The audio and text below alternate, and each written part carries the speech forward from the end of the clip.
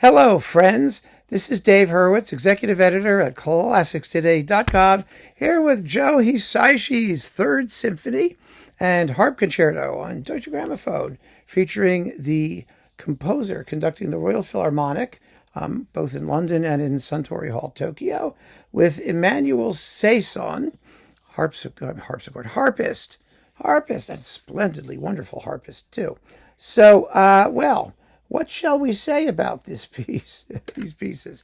You know, Hisaishi is really, really famous for his film music and like video stuff music and things that I have absolutely no knowledge of or interest in.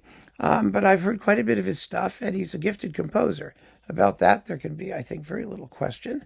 A lot of his most popular music strikes me as entirely anodyne and uninteresting, kind of like, modern, Christmas music for, born-again congregations.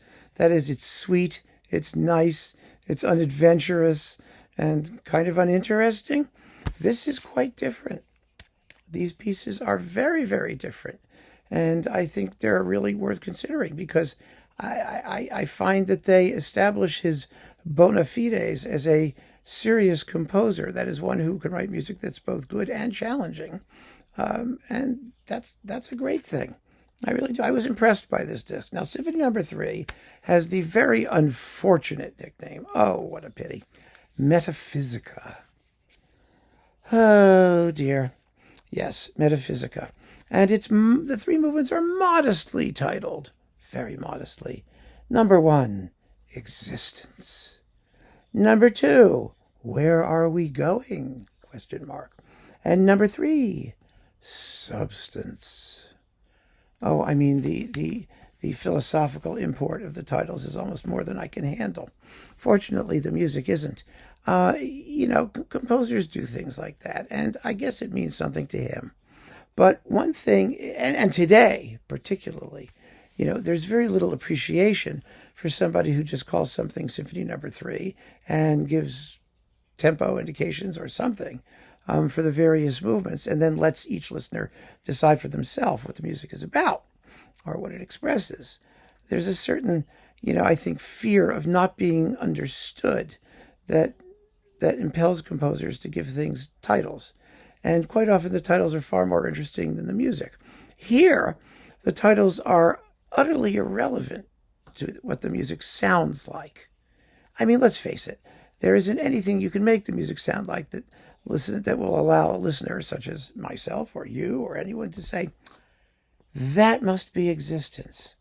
That must be where we are where are we going? ? Oh, that's substance. I get it.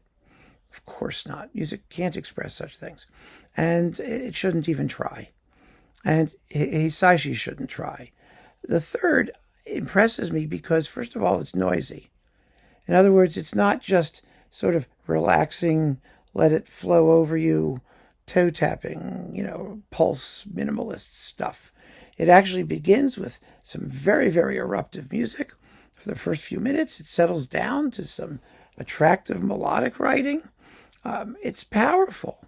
It's powerful and it's energetic. I guess that's existence, just like in Nielsen's Fourth, music like life is inextinguishable. You can go that far with it.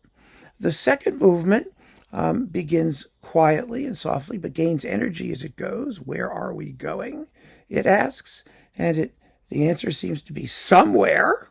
We don't know where, but somewhere, because it's very impressively built up into a big, powerful climax. Then it subsides towards the end, and the finale returns to the same sort of stomping and thumping that we hear in the first movement, only it's substance. So I suppose it's a little bit heavier, a little bit more emphatic rhythmically, a little more darkly scored, but it's exciting.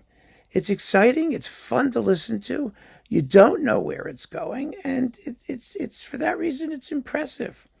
And Hisaishi does encourage us to go on the journey with him.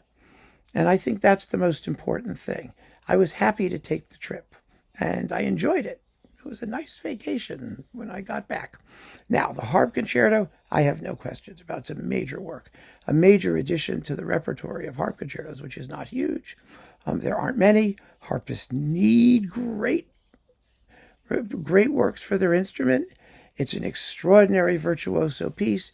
It uses some advanced playing techniques like, knocking on the soundboard and twanging and thwanging and doing interesting things to make some fascinating noises that you would never dream come from the harp.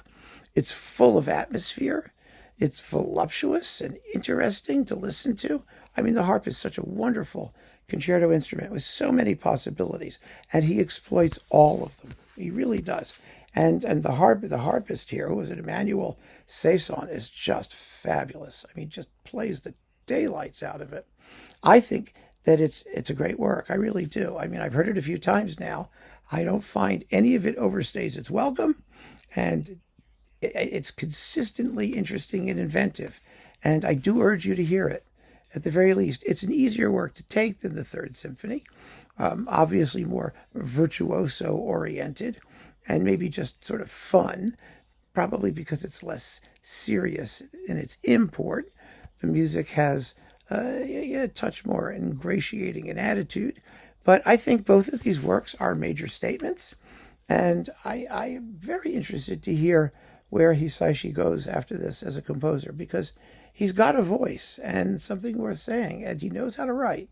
So give this a shot and see what you think. I have a feeling you'll be pretty much impressed. It was a good outing for all concerned. So keep on listening, friends. Thanks for joining me.